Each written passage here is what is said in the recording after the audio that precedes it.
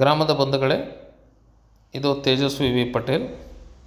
ಈ ಧ್ವನಿ ಮುದ್ರಣ ನವಂಬರ್ 15 ಶುಕ್ರವಾರ 2024 ಮಧ್ಯಾಹ್ನ 12:30. ಕೇಂದ್ರ ಸರ್ಕಾರದ ಜಲ್ ಜೀವನ್ ಮಿಷನ್ ಯೋಜನೆಯ ಗುರಿ ಮತ್ತು ಉದ್ದೇಶನ ಜಿಲ್ಲಾ ಪಂಚಾಯತಿಯಲ್ಲಿ ಕೇಳಿದಾಗ ತುಂಬ ಆಕರ್ಷಿತನಾಗಿ ದಾವಣಗೆರೆ ಜಿಲ್ಲೆಯಲ್ಲಿ ಕಾರಿಂಗ್ನೂರು ಗ್ರಾಮದಿಂದನೇ ಈ ಯೋಜನೆ ಆರಂಭಿಸಿಯನ್ನು ಮನವಿ ಮಾಡಿದ್ದೆ.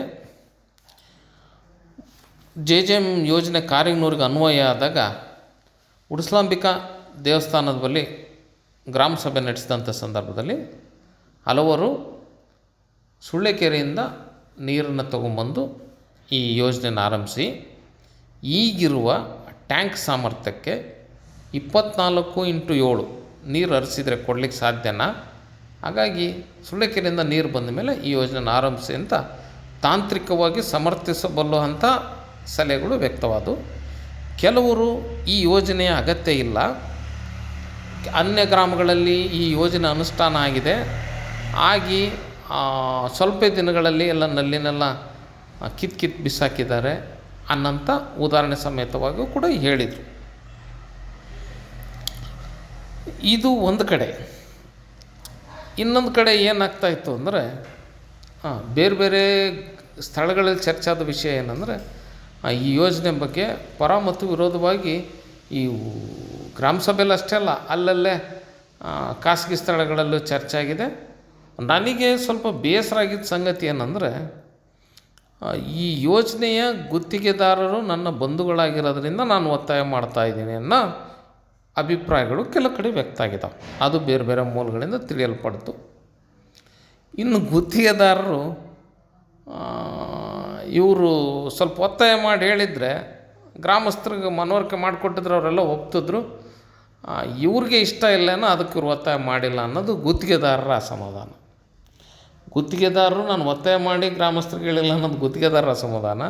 ಗುತ್ತಿಗೆದಾರರ ಕಾರಣಕ್ಕೆ ಈ ಯೋಜನೆಯನ್ನು ನಾನು ಗ್ರಾಮದಲ್ಲಿ ಅನುಷ್ಠಾನ ಮಾಡಲಿಕ್ಕೆ ಪ್ರಯತ್ನ ಮಾಡ್ತಾ ಇದ್ದೀನಿ ಅನ್ನೋದು ಕೆಲವರ ಅಭಿಪ್ರಾಯ ಇತ್ತು. ಇದು ನನಗೆ ತುಂಬ ಬೇಸರ ತಂದಂಥ ಸಂಗತಿನೇ.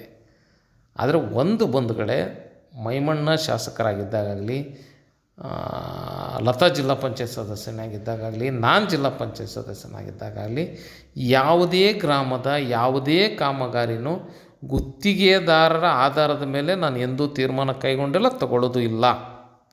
ಇಂಥ ಗುತ್ತಿಗೆದಾರರು ಅನ್ನೋ ಕಾರಣಕ್ಕೆ ಕಾಮಗಾರಿಗೆ ಎಸ್ ಅನ್ನೋದು, ಅಥವಾ ಇಂಥ ಗುತ್ತಿಗೆದಾರರು ಅನ್ನೋ ಕಾರಣಕ್ಕೆ ಕಾಮಗಾರಿ ಬೇಡ ಅನ್ನೋದು ಅದು ನನ್ನ ಸ್ವಭಾವ ಅಲ್ಲ. ಎಂದೂ ಕೂಡ ಯಾವುದೇ ಗುತ್ತಿಗೆದಾರ ವಿಷಯದಲ್ಲಿ ಇವ್ರು ಬೇಕು ಇವ್ರು ಬೇಡ ಅನ್ನೋ ಅಭಿಪ್ರಾಯ ನನಗಿರೋದಿಲ್ಲ. ಆದರೂ ಒಂದಿರುತ್ತೆ ಏನಂದರೆ, ಯಾರೇ ಮಾಡಲಿ ಗುಣಮಟ್ಟದ ಕಾಮಗಾರಿ ಆಗಲಿ ಅನ್ನೋ ಮಾತ್ರ ಆ ಬಯಕೆ ಎಲ್ಲರಿಗೂ ಇರಾಗ ನನಗೂ ಇರುತ್ತದೆ. ಈಗಿರುವಾಗ JJM ಬಗ್ಗೆ ಈ ಥರದ ಭಿನ್ನ ಅಭಿಪ್ರಾಯಗಳಿದ್ದಾವೆ ಅನ್ನೋದನ್ನು ಅಧಿಕಾರಿಗಳ ಜೊತೆ ಮಾತಾಡಿ, ಇನ್ನು ಕೆಲವರಂತೂ ಕಡಾಖಂಡಿತವಾಗಿ ಇದು ಬೇಡ ಬೇಡ ಅಂದದನ್ನು ಕೂಡ ಚರ್ಚೆ ಮಾಡ್ತಿದ್ದಾಗ ಒಂದು ಅಧಿಕಾರಿಗಳಿಂದ ಅಸಹಾಯಕತೆ ವ್ಯಕ್ತ ಆಯ್ತು. ಏನಂದರೆ, ನೀವು JJM ಬೇಡ ಅಂತ ಗ್ರಾಮ ಪಂಚಾಯತಿಯಿಂದ ರೆಸೊಲ್ಯೂಷನ್ ಮಾಡಿಕೊಟ್ರೆ ಒಂದು ನೀವು ಸಂದೇಶ ಕೊಟ್ಟಂಗಾಗುತ್ತೆ. ಏನು ಅಂದರೆ, ಕಾರಿಂಗ್ನೂರಿನಲ್ಲಿ ಕುಡಿಯೋ ನೀರಿನ ಸೌಲಭ್ಯ ಸಾಕಷ್ಟಿದೆ, ಇನ್ನೂ ಕೆಲವು ವರ್ಷಗಳ ಕಾಲ ಇಲ್ಲಿ ಟ್ಯಾಂಕು ಪೈಪ್ಲೈನಿನ ಕಾಮಗಾರಿಗಳು ಯಾವುದೇ ಅವಶ್ಯಕತೆ ಇಲ್ಲ ಅಂತ ಹೇಳ್ದಂಗೆ ಆಗುತ್ತೆ. ಹಾಗಾಗಿ ನೀವು ಮುಂದಿನ ದಿನಗಳಲ್ಲಿ ಕುಡಿಯೋ ನೀರಿನ ವಿಷಯದಾಗ ನೀವು ಅನುದಾನ ಕೇಳಲಿಕ್ಕೆ ಕೆಲವು ವರ್ಷಗಳ ಕಾಲ ಬರಲ್ಲ ಅಂತ ಅಧಿಕಾರಿಗಳು ಅಸಹಾಯಕತೆ ವ್ಯಕ್ತಪಡಿಸಿದರು. ಈ ವಿಷಯ ಗಮನಕ್ಕೆ ಬಂದಾಗ ಇದು ಹೆಂಗೆ ತೀರ್ಮಾನ ತಗೋಬೇಕು? ಇಲ್ಲಿ ಪರ ವಿರೋಧ ಅಭಿಪ್ರಾಯಗಳಿದ್ದಾವೆ. JJM ಸ್ಕೀಮ್ ಬೇಡ ಅಂದರೆ ಕುಡಿಯೋ ನೀರಿಗೆ ಅನುದಾನ ಕೇಳೋದು ಕಷ್ಟ. ಇದನ್ನೆಲ್ಲನ ಹೆಂಗೆ ಪರಿಹಾರ ಕಂಡ್ಕೋಬೇಕು ಅಂತ ಒಂದು ಯೋಚನೆ ಮಾಡಿ ಗ್ರಾಮದ ಎಲ್ಲ ಭಾಗಗಳಿಂದನೂ ಪ್ರತಿನಿಧಿಗಳನ್ನ ಕರೆದು JJM ಬಗ್ಗೆ ಖಾಸಗಿಯಾಗಿ ವೈಯಕ್ತಿಕವಾಗಿ ಮಾತಾಡಿದಂಥ ಸಂದರ್ಭದಲ್ಲಿ ಭಿನ್ನ ಅಭಿಪ್ರಾಯಗಳು ವ್ಯಕ್ತ ಆಯಿತು. ಏನು ಸಾರ್ವಜನಿಕ ಸಭೆಯಲ್ಲಿ ವ್ಯಕ್ತ ಆಯಿತೋ ಅದೇ ರೀತಿಯೂ ಕೂಡ ಕೆಲವರು ಬೇಡ ಅಂತೇಳಿದರು, ಕೆಲವರು ಬೇಕು ಅಂತೇಳಿದರು. ಇನ್ನು ಕೆಲವರು ಈ JJM ಬೇಕು ಬೇಡ ಅನ್ನೋದು ಯಾವ ಆಧಾರದ ಮೇಲೆ ನಿಂತಿದೆ ಅಂದರೆ, ಆಯಾ ಏರಿಯಾದಲ್ಲಿ ನೀರಿನ ಸೌಲಭ್ಯದ ಮೇಲೆ ನಿಂತಿದೆ ಅನ್ನೋ ಅಭಿಪ್ರಾಯನೂ ಕೂಡ ಹೇಳಿದರು. ಹಾಗಾಗಿ ಎಲ್ಲರ ಜೊತೆಗೂ ಮಾತಾಡಿದಾಗ ಒಟ್ಟು ಅಭಿಪ್ರಾಯ ಇಲ್ಲ ಅನ್ನೋದು ಮನವರಿಕೆ ಆಯಿತು.